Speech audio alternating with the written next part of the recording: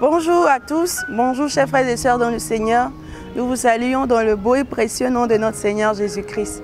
Alors nous sommes devant le temple en reconstruction de l'église d'Assemblée de Dieu de Sainte Rita. Nous sommes en présence d'un membre de la commission de reconstruction, Monsieur Jérémy Kassoin, qui va nous éclaircir un peu sur l'évolution du projet. Bonjour Monsieur Jérémy. Bonjour. Comment vous allez? Oui, je vais bien. D'accord, nous sommes ravis de vous avoir avec nous ce matin. Ok, merci. Plaisir partagé. Merci. Alors, Monsieur Jérémy, oui. En quoi consiste le projet de reconstruction? Quel est l'objectif visé et quelle est l'évolution actuelle du projet? Bon, il faut dire qu'au départ, c'est un projet dont le but, en réalité, est d'agrandir l'ancien temple que nous avions et d'offrir plus de commodité aux membres de cette assemblée. Adorer aussi Dieu dans un cadre beaucoup plus confortable. Nous adorons un Dieu quand même qui est un Dieu de l'excellence. Donc c'est normal que nous puissions avoir des ambitions de l'adorer dans un cadre beaucoup plus confortable, plus beau. Quelle est l'évolution actuelle du projet?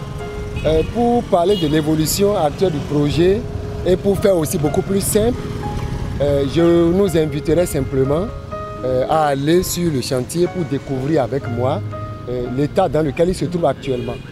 Voilà. D'accord. Je vous invite alors de nous suivre.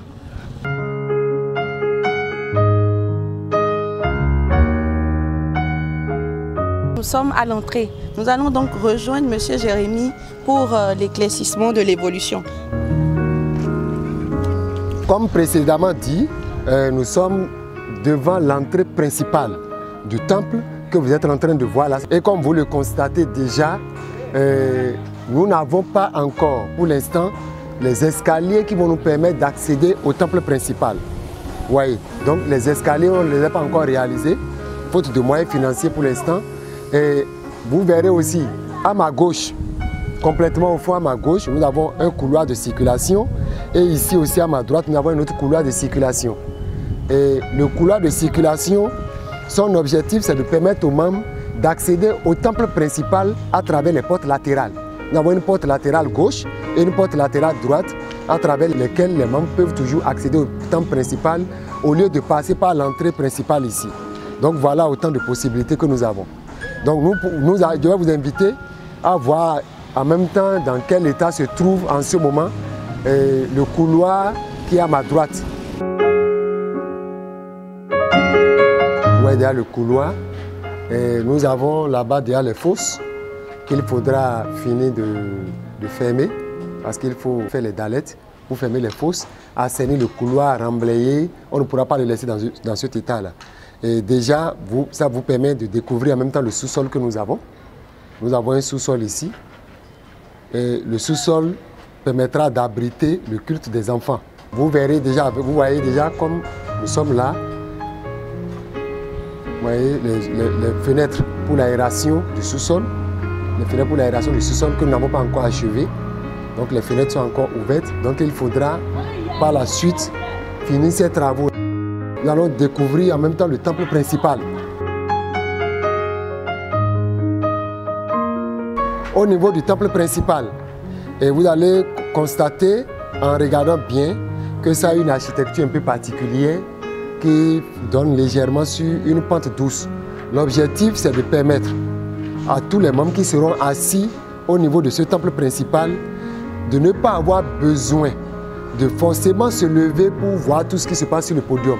Donc chaque membre étant assis à sa place, quelle que soit sa position au sein de la chapelle, a une vue nette sur le podium. Donc l'objectif, c'est ça. C'est pour ça que nous avons fait le temple en pente douce comme ça.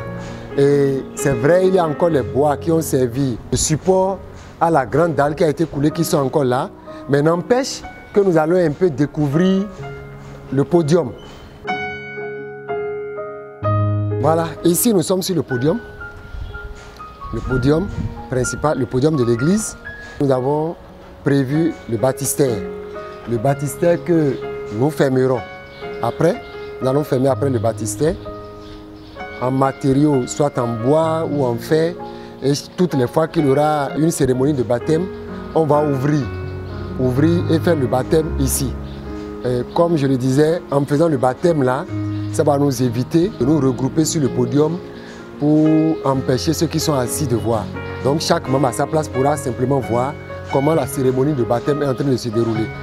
Du podium ici, on peut découvrir facilement, c'est vrai ce n'est pas aussi aisé, mais nous pouvons voir déjà un peu la mezzanine qui a été réalisée. C'est vrai, les bois vont vous empêcher un peu d'avoir une belle vue de l'état, mais n'empêche, nous voyons déjà un peu la mezzanine qui est faite sous la forme de gradin.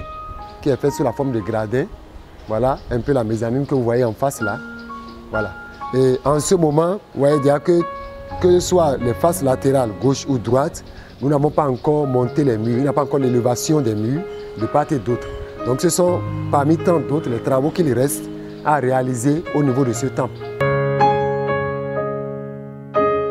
Voici, déjà dans les escaliers, vous aurez déjà compris que nous n'avons pas encore de rampe, ce qui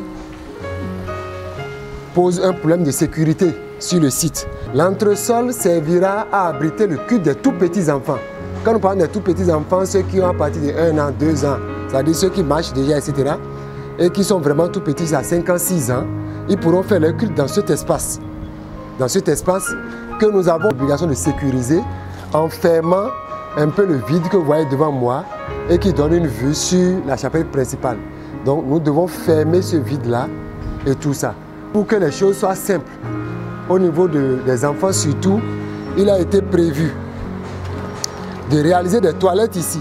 Donc vous découvrez avec moi que la tuyauterie est déjà faite. Il ne restera maintenant qu'à mobiliser les moyens pour élever les murs et réaliser les toilettes comme cela se doit. Donc nous allons voir enfin la grande dalle. Nous sommes venus découvrir la grande dalle, celle qui a été coulée le 10 avril 2020. Donc voici en somme l'état d'évolution du chantier de l'église à l'Assemblée de Dieu de Sainte-Rita, présenté un peu de façon sommaire. Vous voyez déjà dans cet état, tel que vous l'avez vu, il serait impossible en ce moment et dans cet état de mettre les membres dans un temple pareil qui n'offre aucune sécurité, parce que vous aurez constaté avec moi, quand on faisait la visite, il n'y a pas l'élévation des murs, il n'y a pas les toilettes, et les couloirs ne sont pas encore assainis. Donc il reste tellement de choses à faire. Il n'y a pas encore les rampes d'escalier. Comme vous avez vu la mezzanine tout à l'heure, la mezzanine manque de rampes parce qu'il faut les garde-corps pour sécuriser la mezzanine, pour que quelqu'un qui est sur la mezzanine, qui est en train d'adorer le Seigneur, dans un élan de danse ou de joie, ne se retrouve pas au sol, évidemment. Nous remercions beaucoup M. Jérémy. Merci. Pour nous avoir permis de mieux comprendre le plan, non seulement le plan, mais quel est l'état actuel du projet de reconstruction. Alors, M. Jérémy, oui, dites-nous un peu, quelles sont les difficultés que vous rencontrez pour pouvoir aller jusqu'au bout du projet? Avant de parler des difficultés, je voudrais quand même rendre grâce au Seigneur et lui être reconnaissant parce que nous ne devons pas être ingrats. Nous voyons le peuple qui adore dans ce temple, physiquement parlant, humainement parlant, on ne peut pas nous croire capables de ce qui a été fait jusque-là. Dieu a utilisé les membres de cette assemblée et les amis que nous avons aussi qui ont bien voulu nous accompagner à arriver à cette étape. En ce moment, la principale difficulté que nous avons est l'argent. Pour faire simple, l'argent, les moyens financiers qui nous font défaut pour achever les travaux que vous avez pu découvrir tout à l'heure. Alors dites-nous, pensez-vous qu'après le 10 mai, si les mesures contre le Covid-19 que le gouvernement a mises en place ne sont pas renouvelées, oui, l'Église pourra recommencer ses activités ici, dans ce temple-là? Le 10 mai nous paraît trop juste. Pas pour plusieurs raisons. C'est pour des questions purement techniques. Techniquement, ce n'est pas possible. Je vous disais déjà tantôt au cours de la présentation que la grande dalle sur laquelle nous sommes en ce moment a été coulée le 10 avril passé. Donc il nous faut au minimum un délai de 3 semaines avant de décoffrer cette grande dalle-là. Vous ajoutez 3 semaines au 10 avril, nous sommes déjà au mieux, au plus tôt à fin avril, voire première semaine du mois de mai. Et nous retrouvons déjà la première semaine du mois de mai, il faut décoffrer la dalle, ça va prendre un certain temps. Comptant en moyenne 1 semaine pour décoffrer la dalle parce qu'elle est suffisamment grande. Aujourd'hui, ce ne serait pas possible que l'église soit déjà aménagée pour le 10 mai. Ce n'est pas possible. Alors, quel appel souhaitez-vous lancer à toutes ces personnes qui nous suivent actuellement, à tous les membres de l'église de Sainte-Rita? L'appel que nous lançons à l'égard de toutes les personnes qui nous suivent en ce moment, des membres de l'église de l'Assemblée de Dieu de Sainte-Rita, de nos amis, de nos partenaires, de nos frères et sœurs en Christ, des autres églises de l'Assemblée de Dieu ou des autres églises évangéliques, c'est de nous venir en aide financièrement pour que nous puissions achever les travaux actuellement en cours. Et sinon, nous pouvons même dire que même les travaux sont complètement à l'arrêt faute de moyens financiers. Et nous savons que les membres de cette église portent énormément ce projet dans leur cœur et que ça les tient énormément à cœur.